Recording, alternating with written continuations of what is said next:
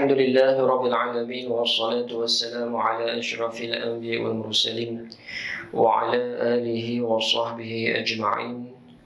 قال رب اشرح لي صدري ويسر لي أمري واحلل عقدة من لساني يفقه قولي. نوينا تعلم وتعلم وتذكر وتذكر والنفع والانتفاع والإفادة والاستفادة والحث على تمسك بكتاب الله وسنة رسوله صلى الله عليه وسلم والدعاء إلى الهدى والدلاء على الخير ابتغاء وجه الله ومرضاته وقربه وثوابه سبحان الله تعالى. Amin. Allahumma amin. Tuan-tuan yang dirahmati Allah, mudah-mudahan mendapat rahmat, keberkatan serta pengampunan daripada Allah Subhanallah Ta'ala.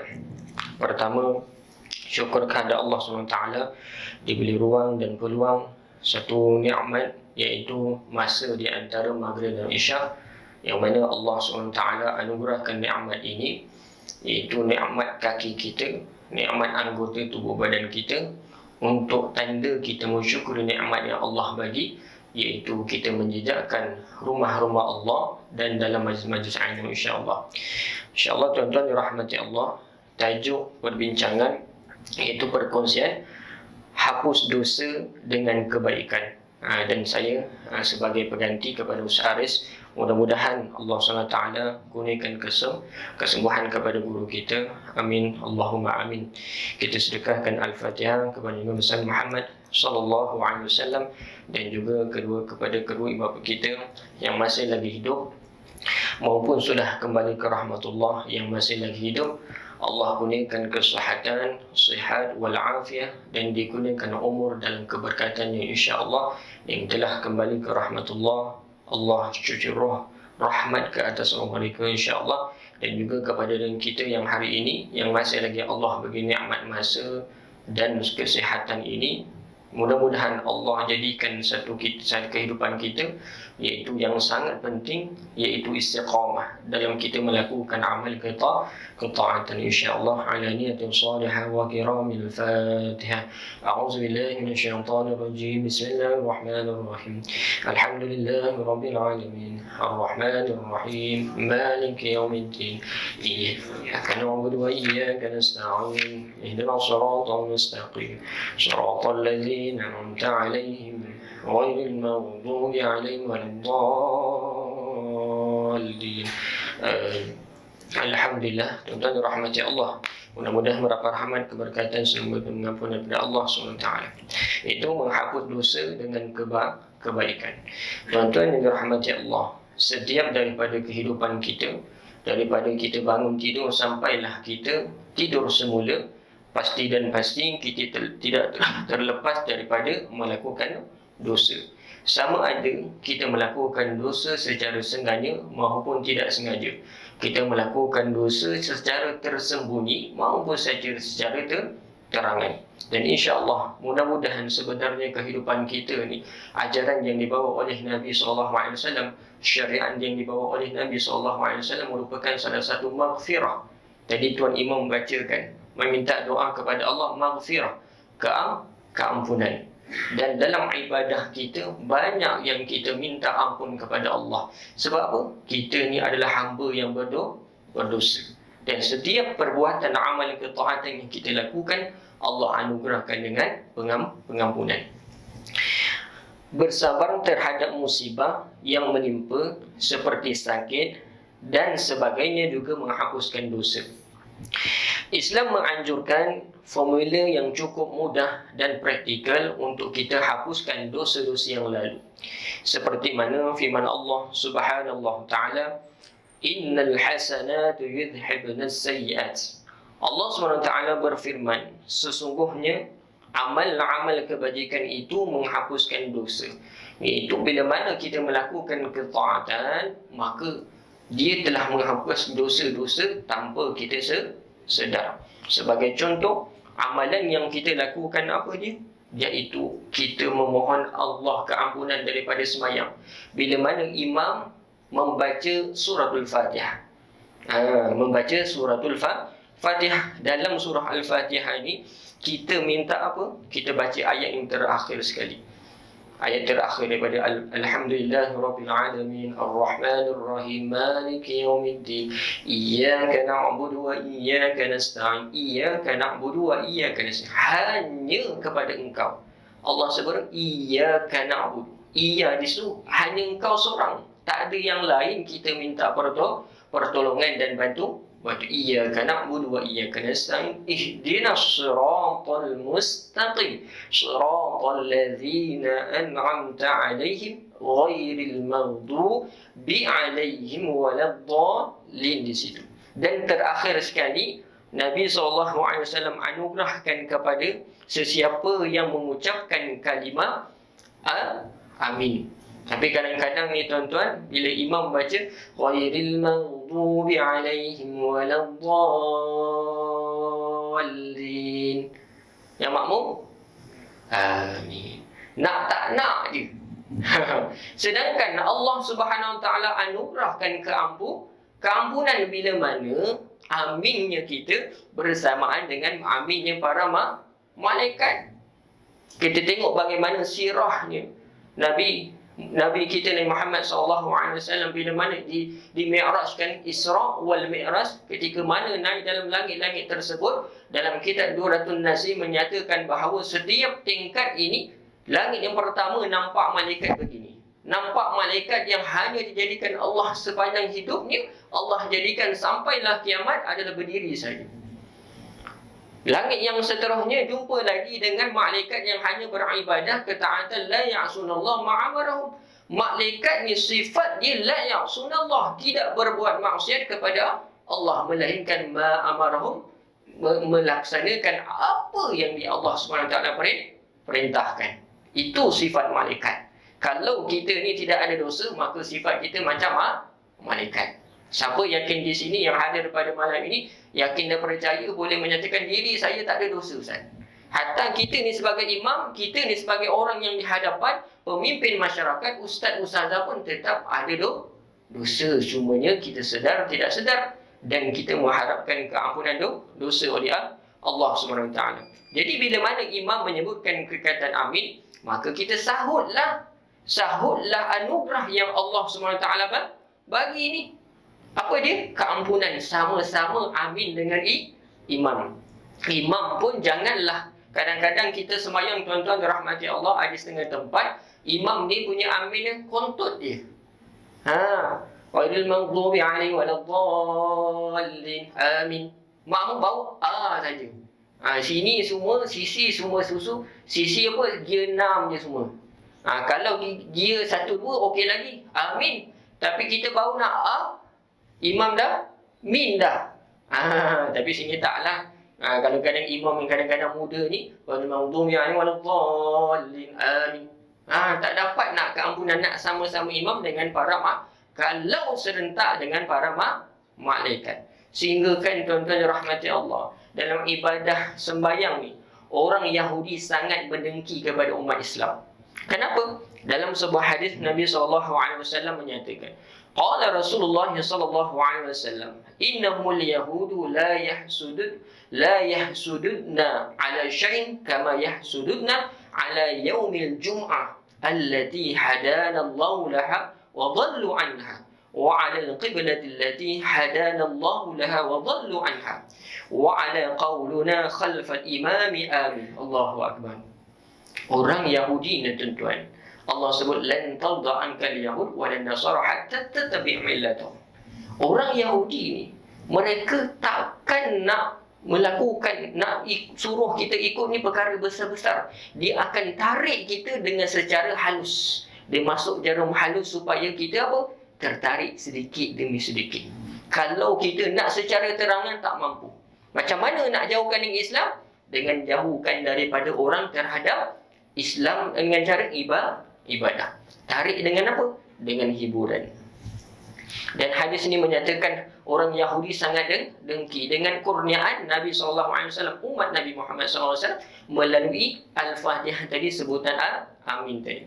Sabda baginda Rasulullah SAW bersabda, sesungguhnya kaum Yahudi itu tidaklah mereka dengki sesuatu terhadap kita seperti mana mereka dengki terhadap yang pertama. hari Jumaat yang Allah telah hadiahkan kepada kita dengannya dan menjauhikan dari mereka. Mereka dengki dengan umat Islam, iaitu Allah anugerahkan perayaan kita setiap minggu, iaitu hari Jumaat. Apa yang perlu kita hidupkan dalam hari Jumaat ni, tuan-tuan? Yang pertama, berpakailah pakaian putih. Ustaz, saya baru balik kerja, Ustaz. Hari Jumaat ni kena pakai samping. Pakai sampingnya, pakai baju Melayunya kan, biasa tradisi songkoknya. Masya Allah, tabarakallah. Ada yang pakai samping, ada yang pakai apa? Bergaya dan fashion sebagainya, pergi bekerja. Macam mana Ustaz nak? Tak sempat balik Ustaz, balik pun 12 lebih dah. Sampai sekarang ni Zuhur jam 1. Jam 1:02. Dalam perjalanan dah jam dah Ustaz, tak sempat nak mandinya, tak sempat nak pakai bajunya.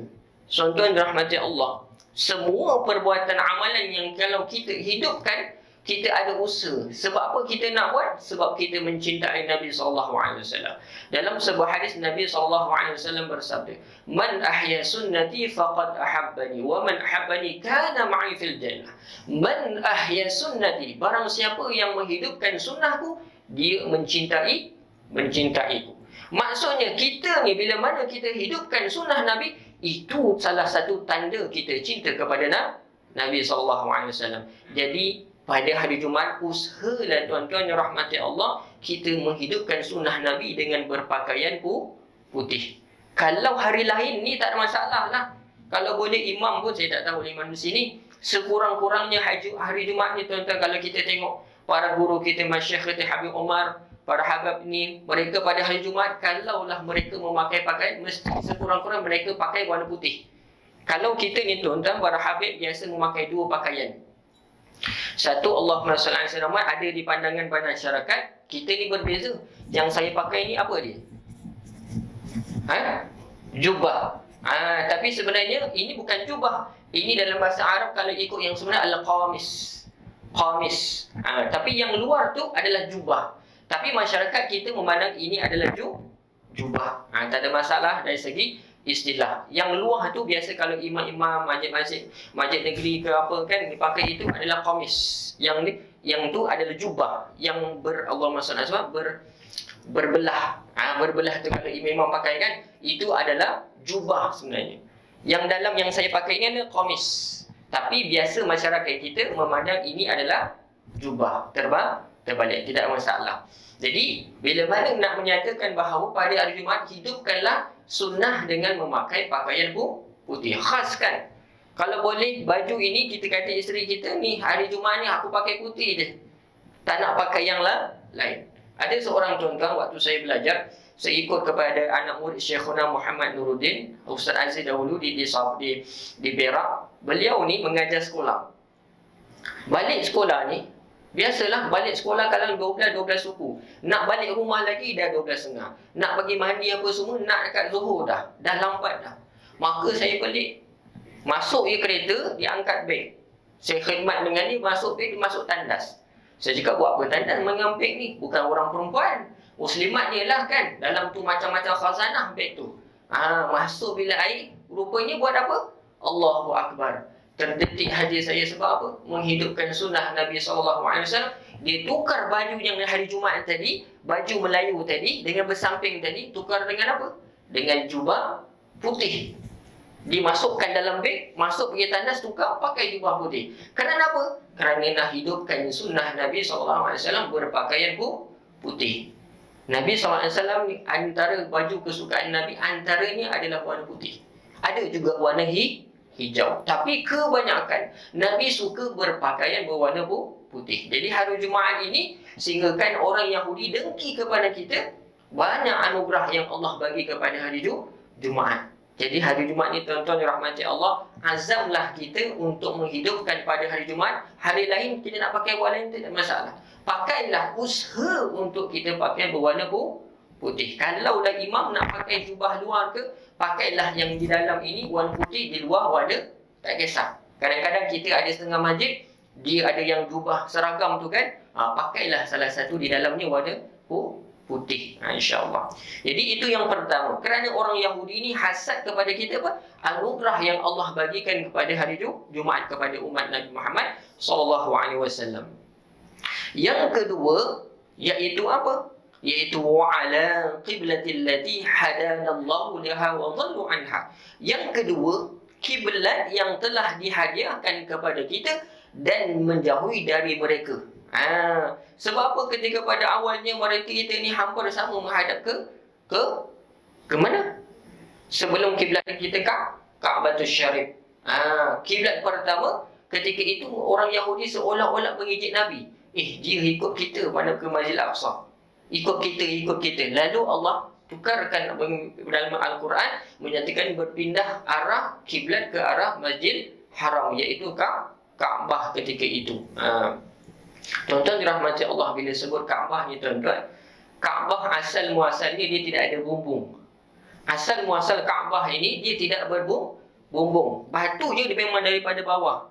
Dan pintu dia ada belakang dan depan. Multazam pintu tu dengan dia ada depan belakang.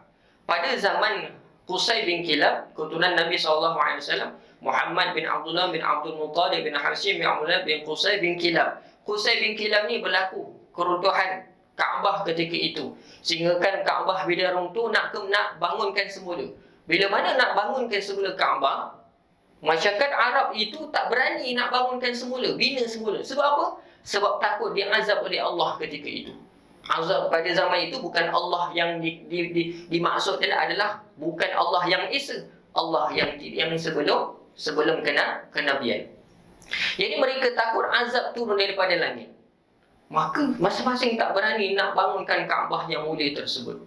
Lalu ada seorang tua yang menyatakan, biarlah aku buat, aku pun sudah tua, kalaulah berlaku apa-apa terhadap diriku, aku mati, maka aku tidak ada makna dalam kehidupan kamu semua. Sebab aku dah berumur dah, memang dah sampai masanya.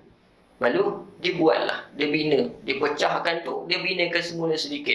Biarkan dia tengok satu malam. Tengok malam ada tak berlaku ancaman ataupun azab kepada orang tua ini. Tengok pada waktu malam, pada keesokan ada tak azab? Tidak ada. Maka bila mana tidak ada azab, maka masing-masing bantu untuk membina Kaabah semula. Kaabah ini punya atap tu dibina mana? Bina setelah berlakunya kecurian. Bila orang ambil barang-barang dalam Kaabah tersebut, banyak barang-barang berharga diambil, maka ketika itu ditutup bumbung. Barulah ada pancuran emas ketika itu. Asalnya tidak ada, tapi bila dah di atap, barulah ada pancuran emas tersebut. Jadi kalau kita tengok tuan-tuan, di Hijr Ismail dengan Kaabah itu, sebenarnya asal muasal tapak yang asal adalah memanjang. Lebih kurang kalau tak silap saya 16 meter. Daripada pintu tu, Hajar Aswad bawa ke Hijr Ismail kan. Di antara ruang Hijr Ismail tu, ruang tu dengan Kaabah tu, itu sebenarnya adalah bentuk asal. Dia bentuk petak memanjang dan orang kata berlekuk. Berlekuk itu dikira kepada kawasan Kaabah yang sebenar. Tapi bila mana runtuh, maka dibina Kaabah setakat yang begini, setakat Kaabah di sini, dan begini adalah Hijr Ismail. Ini sebenarnya adalah ruang Kaabah dalam Kaabah. Lalu isteri Nabi SAW bertanya, ya Rasulullah, kenapa tidak disambungkan masjid asal muasal? Lalu dijawab oleh Nabi SAW, ketika itu orang yang nak membina semula Kaabah, dia tidak cukup modal. Bukan zaman dulu kaya. Modal apa? Modal yang halal. Walaupun ketika itu ada, maaf kata, pelacuran ke sumber-sumber yang haram, mereka bina Kaabah, mereka tidak ambil daripada sumber-sumber yang haram ketika itu. Hatta sampai itu mereka tahu nilainya Kaabah ini. Itulah Allah anugerahkan kepada umatnya Nabi SAW dengan anugerah apa? Kaabah ini, kiblat ini. Itu yang kedua. Yang pertama, hari Jumaat Allah anugerahkan kepada Nabi SAW. Yang kedua dengan kiblat, yang itu Kaabah ketika itu. Kalau dah tuan-tuan, Kaabah itu diangkat ke tempat kita ni, apakah kiblat kita berpaling ke sini? Letak ni Bukit Daratnya. Kan? Mana tahu Arab Saudi kata nak pindahkan di sini. Apakah kiblat kita menghadap ke ni? Menghadap? Tidak. Sebab syariat tak ada lagi dah. Dah Nabi dah tidak Tidak ada. Sekalipun Kaabah itu diruntuh, masih lagi Kaabah menghadap ke arah tempat asal tu. Daripada zaman Nabi Ibrahim alaihissalam, Nabi Adam alaihissalam, Nabi Syed alaihissalam, itulah tapak asal, foundation.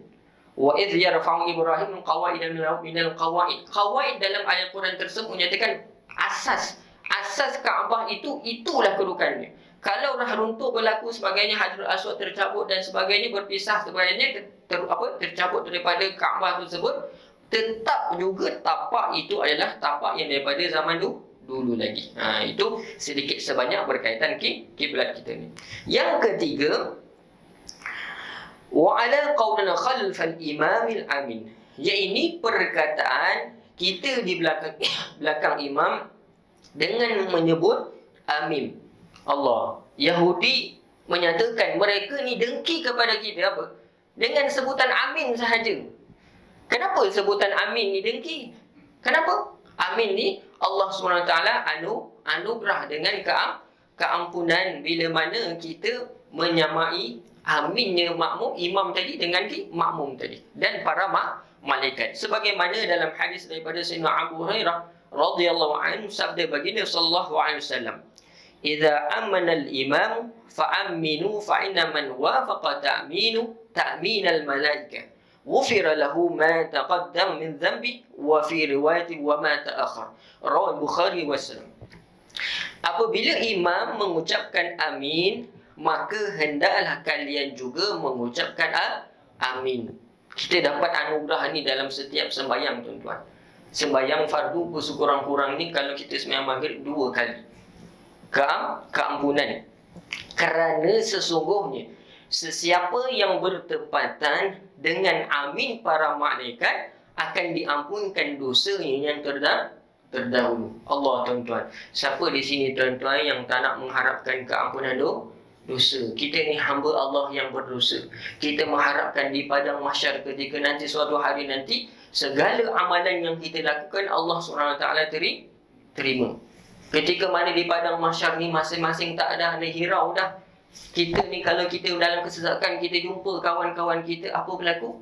Tuan Haji, mana? Kita masih lagi mampu tegur. Tapi di padang mahsyar dalam keadaan kesesakan ketika itu, yang masing-masing ditenggelami dengan peluhnya ikut kepada amalan kita ketika di dunia. Tak ada hirau dah dalam keadaan ketika itu dan dalam keadaan tidak berpakaian ketika itu. Jadi inilah salah satu bila mana kita ibadah, kita memahami ibadah yang kita lakukan, kita menghayati ibadah yang kita lakukan, Allah anugerah keampunan. Sebab kita ni insan yang mengharap, manusia, makhluk yang mengharap keampunan daripada Allah SWT. Sehingga kan sembahyang pun, kita bawa ibadah pun, kita meminta keampunan daripada Allah SWT. Kita nak berjalan, tuan-tuan. Dalam kitab Al-Fadhil Ustaz Muhadir Hadizul Hafizahullah menyatakan, dalam kitab Perhatikan Sempurna, kalau kita nak berjalan ke masjid ni, apa yang kita buat? Kita dalam masjid ni digalakkan kita perbanyakkan istighfar. Bagi majlis istighfar. Takut kalau kita tidak beristighfar. Kerana apa? Sepanjang kita daripada rumah ke masjid, kadang kita berjumpa dengan orang. Dalam berjumpa orang, kita nampak orang balik. Kita nak pergi mana? Masjid. Kita nak pergi sembahyang. Kita berselisih. Ni orang dah nak qamat dah, dia kata Allahu Akbar, Allahu Akbar, asyhadu an la. Kita bergesa-gesa untuk ke masjid. Tapi ada orang bergesa ke mana? Balik ke rumah. Terdetik kadang-kadang takut di hati kita, beliau ni tak sembahyang ke? Aku ni nak cepat nak pergi sembahyang ni, nak solat ni, dia macam buat tak tahu je. Takut begitu. Jadi lisan kita, hati kita beristighfar. Itu sebab kita digalakkan bila mana melihat sesiapa sekalipun, hatta seseorang pelaku maksiat, jangan benci orang yang melakukan maksiat, tapi bencilah maksiat yang dia lakukan. Jadi bila mana kita pergi masjid pun digalakkan pengarang kita Al-Fadhil Ustaz Muhadir kata perbanyakkan istighfar. Jadi pergi masjid, astagfirullah. Apa maksud istighfar? Kita mohon ampun, ya Allah ampunkan. Sambil-sambil orang kita nampak orang yang tergesa tadi nak balik rumah, ya Allah ampunkan dosanya. Ya Allah bagi hidayah. Nabi ajar kepada kita doa, Allahumma hdi qaumi fa innahum la ya'lamun. Ya Allah bagi hidayah kepadanya, mereka tidak mengetahui. Jadi doa, janganlah kita tidak dihidupkan lisan kita dengan zikir. Supaya apa? Bila kita tidak sibukkan dengan zikrullah, maka syaitan akan hasut. Dia cucuk jarum ni benda-benda yang tak elok ketika itu. Jadi itulah anugerah yang Allah anugerahkan kepada siapa? Umat Nabi SAW ketika itu. Dalam sebuah hadis, ittaqillah haitsuma kunta wa atbin sayyi'atal hasanata tamuha. Bertakwalah kepada Allah di mana saja kamu berada.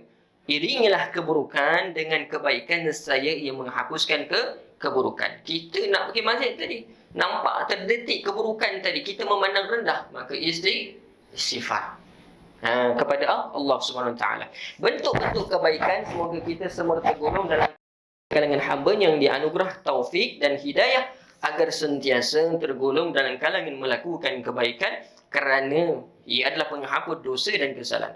Hasanat yang menghapuskan dosa dan kesalahan, antaranya ialah pengarang kitab mengatakan yang pertama adalah taubat. Taubat. Allah SWT berfirman, "Wa huwa alladhi yaqbalu at-taubata 'an ibadihi wa ya'fu 'anis sayyi'ati wa ya'lamu ma taf'alun."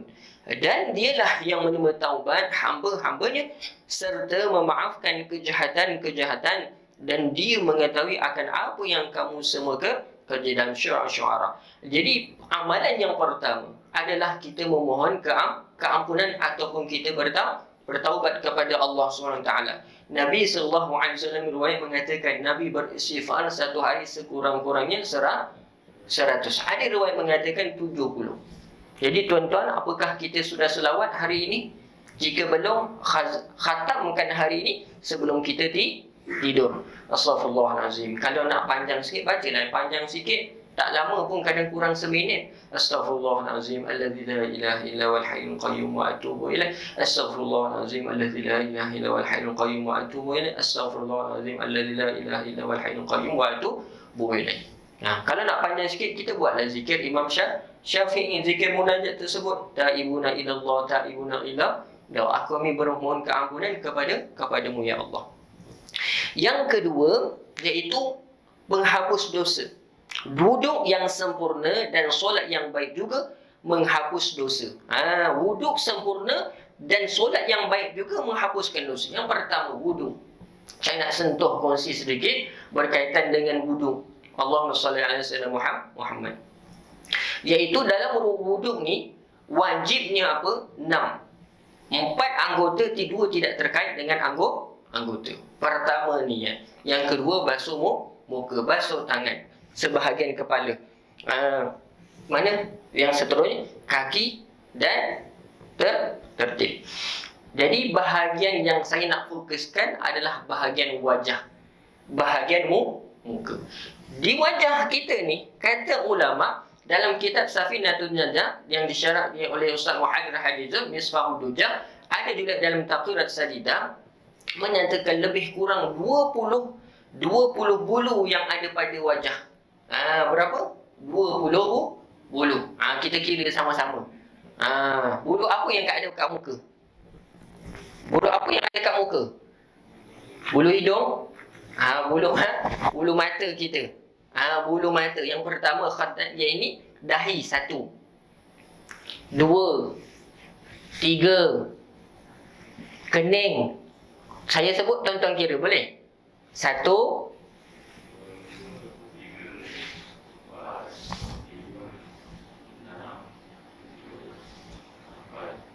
apa ni? Ni apa ni? Ni bulu mata. Bulu mata kita ada berapa? Ada 4 kawasan. Kalau nilai bulu saya tak tahu. Kalau kawasan tahu. Ini kawasan bulu mata atas, kanan, bawah. Ini dah 4 dah. Wajib dibasuh. Berapa tadi? 1, 2, 3, 4, 5, 6, 7, 8, 9. Lagi mana? 10 jambang. 11, 12, 13, 14. Ini masa kontot. Bahasa Arab dipecah lagi ni. Kalau kita ni pukul rata je ni. Kan misai. Berapa tadi dah?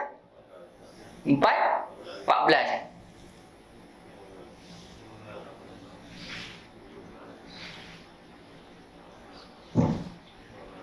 19. Satu lagi mana? Orang lelaki. Satu lagi mana? Janggut. Cikgu. Janggut. 20 bulu yang wajib dibasuh. Ustaz, kalau muslimat, orang perempuan ada janggut, macam mana tu? Wajib kata ulama' dibasuh. Kalau kita ni bukan jenis orang Pakistan, janggut je. Kalau ada tu haji, kadang ada yang Allahumma sallam janggut ni orang Pakistan kan dia tebal tu. Dia qadar ni kata ulama', kalau dah orang di depan ni cakap di depan dia nampak kulit, maka ketika itu wajib dibasuh. Di dalam. Kalau macam janggut saya memang wajib lah. Nampak tak memang nampak warna kulit. Kalau tebal sunat hanya selati sahaja. Kalau ada tek lalat. Ada tek lalat sini. Ada tek lalat Ustaz. Tek lalat tu ada parking pula bulu. Di pipi ni kan. Bulu pemanis ni ada atas bibir. Ada pula bulu. Bulu ni kata ulama' apa-apa bulu yang di wajah ini wajib dibasuh. Jadi 20 bulu ini wajib. Kalau orang perempuan ni, ini had ni datang berubah anak dengan sini anak telinga ni. Ini adalah kawasan wajib ni. Sideburn ni. Sideburn adalah kawasan wajib dibasuh. Kalau waktu wuduk dia angkat banyak muslimat ataupun lelaki yang rambut panjang, dia alihkan atas dibasuh.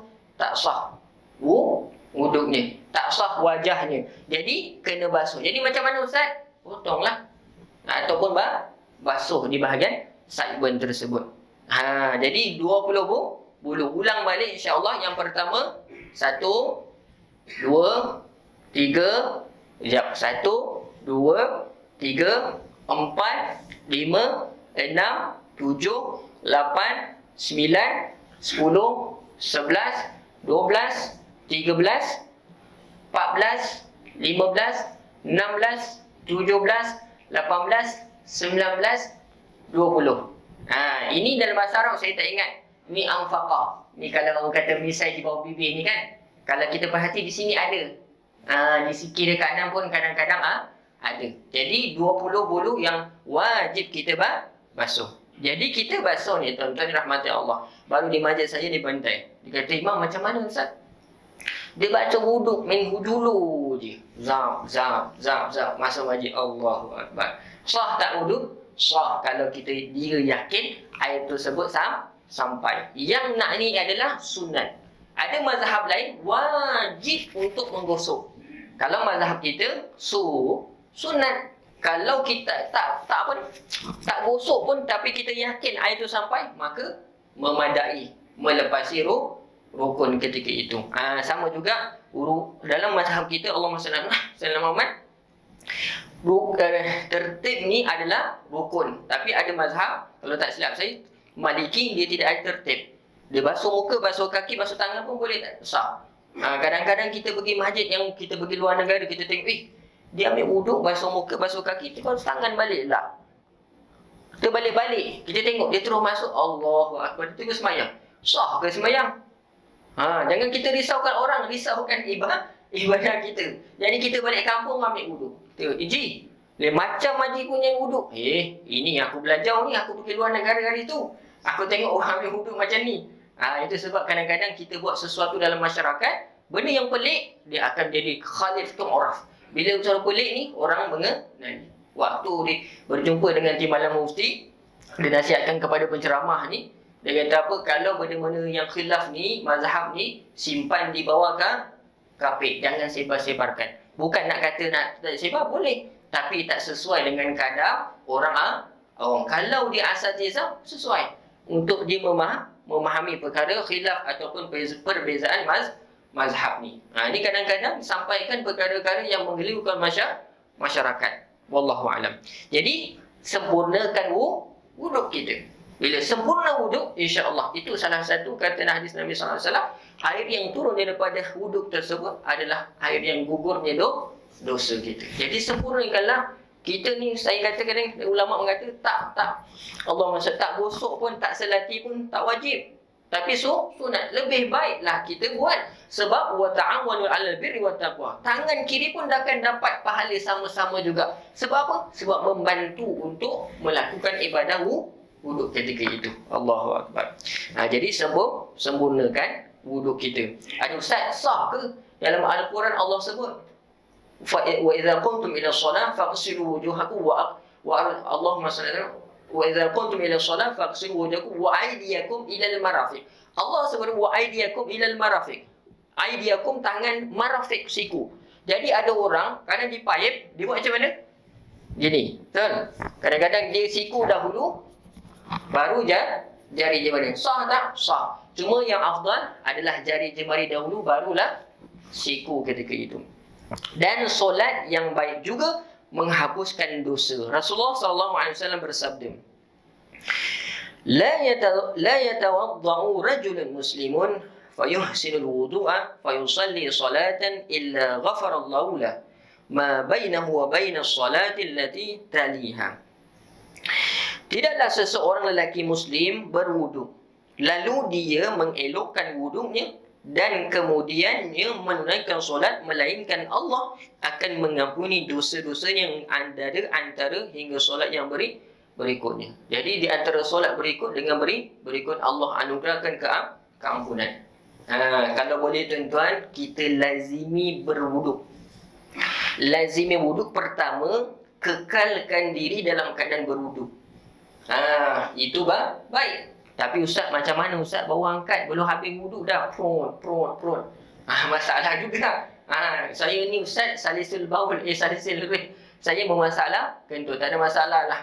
Kita ada usaha tapi ada masyarakat, ada ujian, tidak ada masalah. Yang penting kita ada niat nak untuk melazimi diri daripada berwuduk, insya-Allah. Allahumma salli ala sayyidina Muhammad. Ya tuan, iklan. Bismillahirrahmanirrahim. Yang ketiga, haji dan umrah. Nabi SAW bersabda, Tabi'u bainal haji wal umrah, fa'innahuma tanfiyanil faqra wal dhunub. Kama yanfil kiru khabasal hadid wal zahab wal fiddah.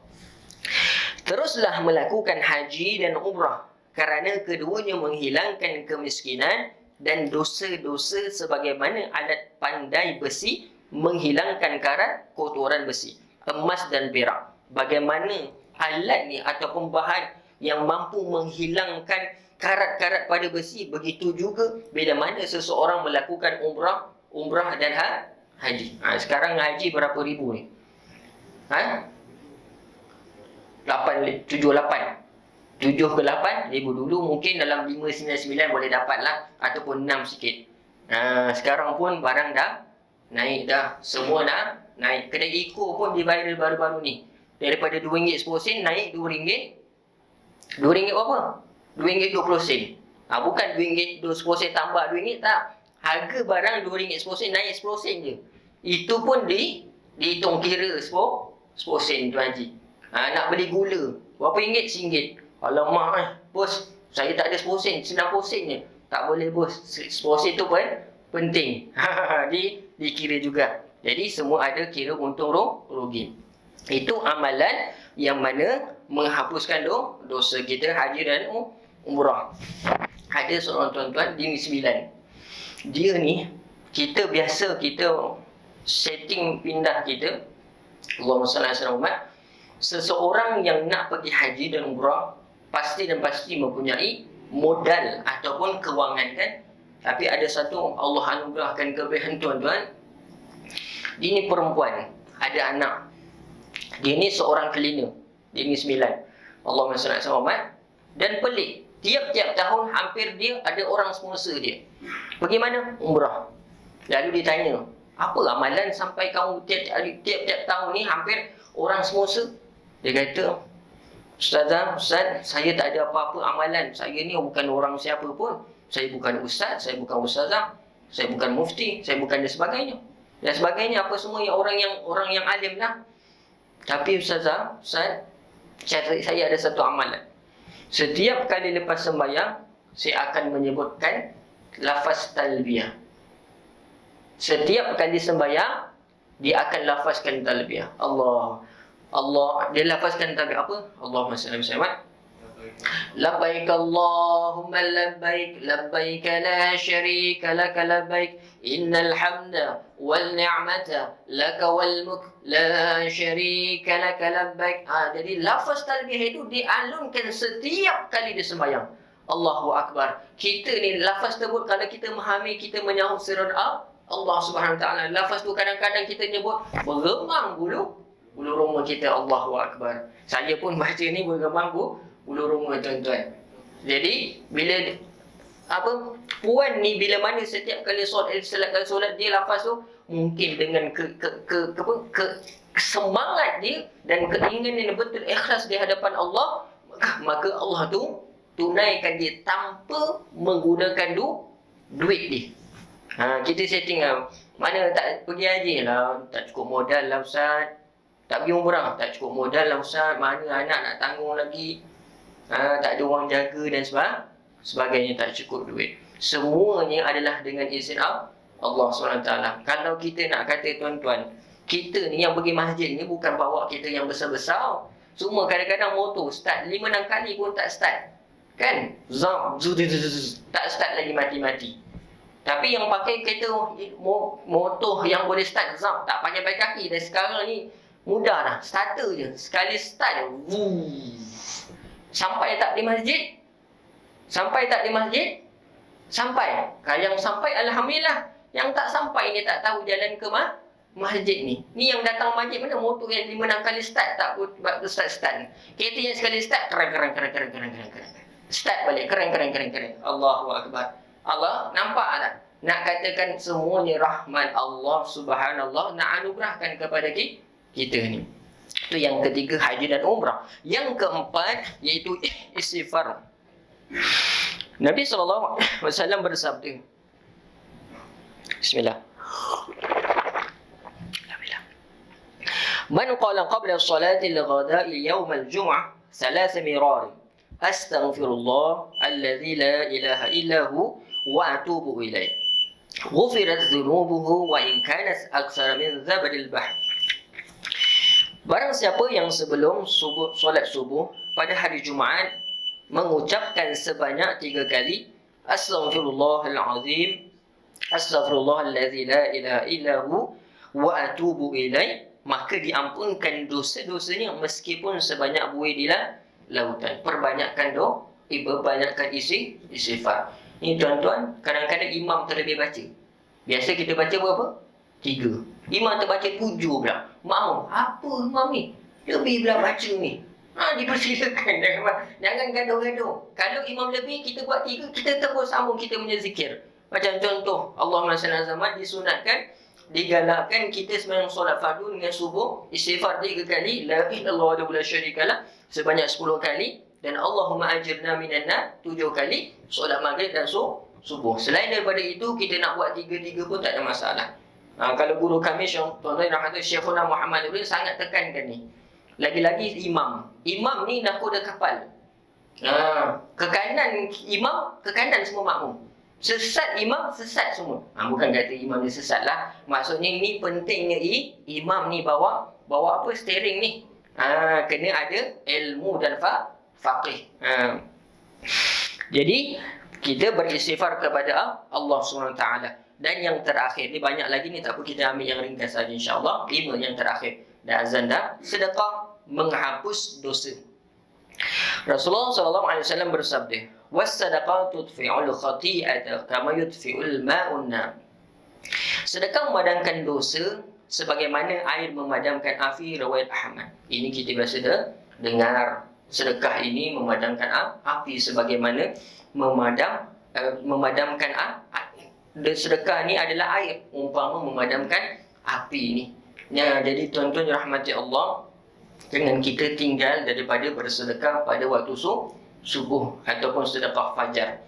Tak banyak pun, sedikit pun jadilah. Tak dapat RM1, masuklah RM10. Tak dapat RM10, masuklah duit purple sikit tu.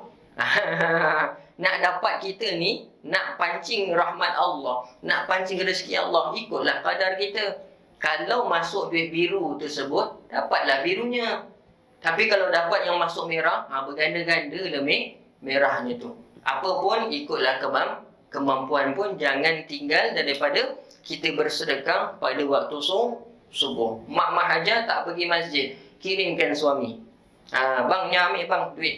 Suami tengok, berapa kau bagi? 10. Alah, tak apalah, aku masukkan RM1 je, RM9 aku simpan akan datang. Suami pun boleh tahan. Wallahu ta'ala alam. Segala yang baik itu daripada Allah SWT. Jadi 3-5 amalan yang saya kongsikan, iaitu ampunan dosa daripada Allah SWT. Semua kita ni adalah hamba yang berdosa. Yang pertama, banyakkan taubat. Yang kedua, sempurnakan wuduk. InsyaAllah ampun dosa kita dan perbaiki solat kita. Yang ketiga, tak dapat kita haji dan umrah. Yang keempat, perbanyakkan istighfar. Kurang-kurang, jangan kurang daripada 70 mahupun 100. Kita ni tuan-tuan, tak ada bekalan melainkan amalan kita di dunia ni tempat pucuk tanam. Hasil mana? Di akhirat. Yang terakhir, sedekah menghapuskan dosa. Wallahu ta'ala alam. Aqul qawli hadza, yang baik itu daripada Allah SWT, yang lemah itu daripada kekurangan, kedhaifan, cacat celah daripada hamba Allah ini. Yang apa pun semua Allah anugerahkan kepada kita, Allah SWT uji kita insya-Allah. A'udzubillahi minasyaitonir rajim. Bismillahirrahmanirrahim. Alhamdulillahirabbil alamin. Wassalatu wassalamu ala asyrafil anbiya wal mursalin wa ala alihi wa sahbihi ajma'in. Allahumma faqihna fid din wa 'allimna ta'wil. Allahumma rzuqna mutaba'atan nabi Muhammadin sallallahu alaihi wasallam, awwalan wa akhiran wa zahiran wa batinan wa qawlan wa fa'lan wa ibadatan wa 'amalan shalih.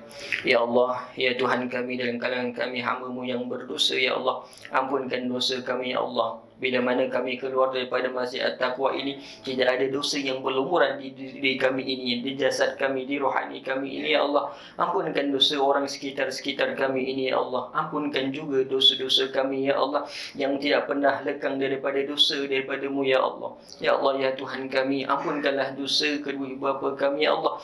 Kasihanilah mereka, ya Allah, sebagaimana mereka mengasihani sewaktu kami masih kecil, ya Allah. Mereka tidak tidur nyenyak, ya Allah, kerana menyenyakkan tidurnya kami, ya Allah. Mereka tidak kenyang, ya Allah, kerana mengenyangkan kami, ya Allah. Mereka tidak tidur, ya Allah. Mereka tidak dapat melakukan sesuatu amal dengan tenang kerana menguruskan kehidupan kami daripada kami lahir sampailah kami besar ini, ya Allah. Tiada balasan melainkan Kau yang membalasnya, ya Allah. Rabbana atina fid dunya hasanah wa fil akhirati hasanatan wa qina adzabannar. Sallallahu alaihi wasallam Muhammadin nabiyil ummi wa ala alihi wa sahbihi wa sallam. Subhana rabbika rabbil izzati amma yasifun. Wassalamu ala mursalin walhamdulillahi rabbil alamin. Taqabbalallahu minkum. Assalamualaikum warahmatullahi wabarakatuh.